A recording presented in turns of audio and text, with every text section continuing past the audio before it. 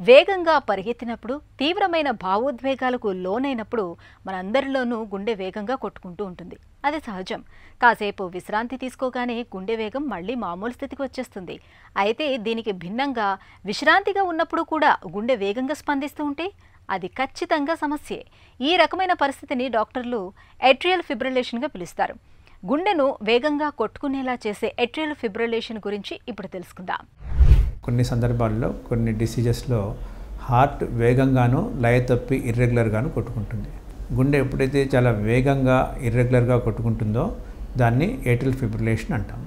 ఈ atrial fibrillation వచ్చినప్పుడు సాధారణంగా కారణాలు ఏట్రియా ఎన్లార్జ్ అవడము, లేకపోతే ఈ సైనస్ నోడ్లో కానీ ఏట్రియాలో ఉండే మజిల్లో కానీ డిసీజెస్ ఉండము, ఇవి ప్రధానమైన కారణాలు. ఏట్రియల్ ఫిబ్రిలేషను చాలా వేగంగా కొట్టుకున్నప్పుడు ఆ వ్యక్తి చాలా గుండెదడని ఫీల్ అవుతుంటాడు.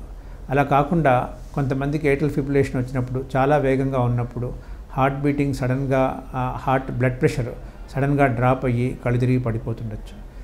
అది కాకుండా ఏట్రియల్ ఫిబ్రిలేషన్ చాలా రోజులు ఉన్నట్లయితే హార్ట్ పంపింగ్లో వీక్నెస్ వస్తుంది. దాన్ని టెక్కార్డియోమైపతి అంటాము.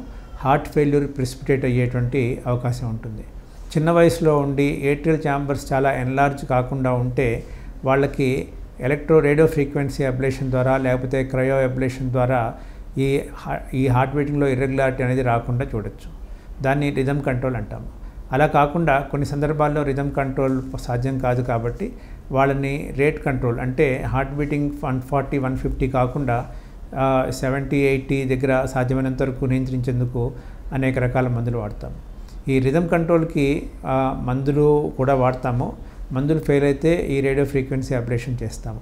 చాలామందిలో బాగా లావుగా ఉండి అబ్స్ట్రక్టివ్ స్లీప్ ఎప్నియా ఉన్నట్లయితే వాళ్ళకి బరువు తగ్గించడం ద్వారా అబ్స్ట్రక్టివ్ స్లీప్ ఎప్నియా ట్రీట్మెంట్ చేయడం ద్వారా కూడా ఈ ఏట్రియల్ ఫిబ్రిలేషన్ రాకుండా చూడొచ్చు. పేషెంట్ కండిషన్ బట్టి ఈ డైరెక్ట్ ఓరల్ యాంటీకోయాగులెంట్స్ అంటాము, లేకపోతే విటమిన్ కే యాంటగనిస్ట్ అంటాము. వీటిలో ఏదైనా మందు కార్డియాలజిస్ట్ సూపర్విజన్లో తీసుకుంటే పెరాలిటిక్ స్ట్రోక్ రాకుండా కాపాడవచ్చు.